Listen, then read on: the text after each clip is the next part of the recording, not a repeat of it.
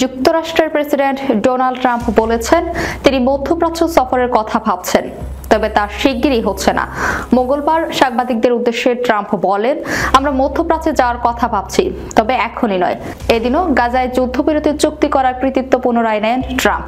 বলেন, আমি এখনো না থাকলে তারা কখনোই ফিরে আসতো না। তবে হামাসের হাত থেকে মুক্ত ইসরায়েলি বন্দীদের জন্য দুঃখ প্রকাশ করেন মার্কিন প্রেসিডেন্ট।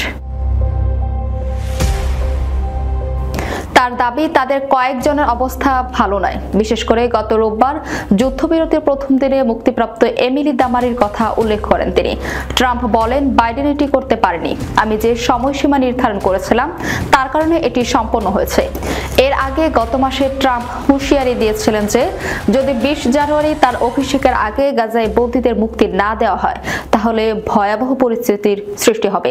2023 সালের 7 অক্টোবর ইসরায়েলের সীমান্তে প্রবেশ করে আকস্মিক হামলা চালায় ফিলিস্তিনি স্বাধীনতাকামী সংগঠন হামাস। এরপরেই গাজায় পাল্টা আক্রমণ চালায় ইসরায়েল। 1 বছরের বেশি সময় ধরে গাজায় ধ্বংসযজ্ঞ চালিয়েছে দখলদার সেনারা। দীর্ঘ 15 মাসের বেশি সময় ধরে রক্তক্ষয়ী যুদ্ধ শেষ যুক্তরাষ্ট্র, মিশর ও কাতারের মধ্যস্থতায় গাজায় একটি 3 ধাপের যুদ্ধবিরতিতে সম্মত হয় ফিলিস্তিনের স্বাধীনতাকামী সশস্ত্র সংগঠন হামাস। গত রোববার এই যুদ্ধবিরতির কার্যকর হয়।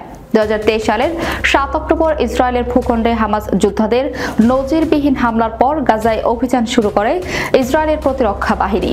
15 মাস ধরে চলা সেই ভয়াবহ অভিযানে গাজায় নিহত ত্রাণ প্রবেশ করতে দেয়নি আইডিএফ। যুদ্ধের সময় আইডিএফ গাজায় ত্রাণের প্রবেশ সংকুচিত করায় মানবিক বিপর্যয়ের মধ্যে পড়েন গাজার বাসিন্দারা। গত 15 মাসে গাজায় যে প্রায় 1.5 লক্ষ মানুষ নিহত হয়েছেন তাদের একাংশের প্রাণহানির কারণ খাদ্য, ওষুধ ও চিকিৎসা সামগ্রীর অভাব।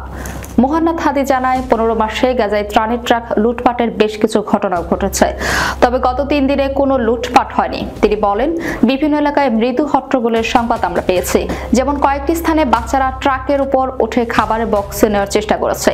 কয়েকটি এলাকায় লোকজন কিছু পানির বোতল নিয়ে গেছে।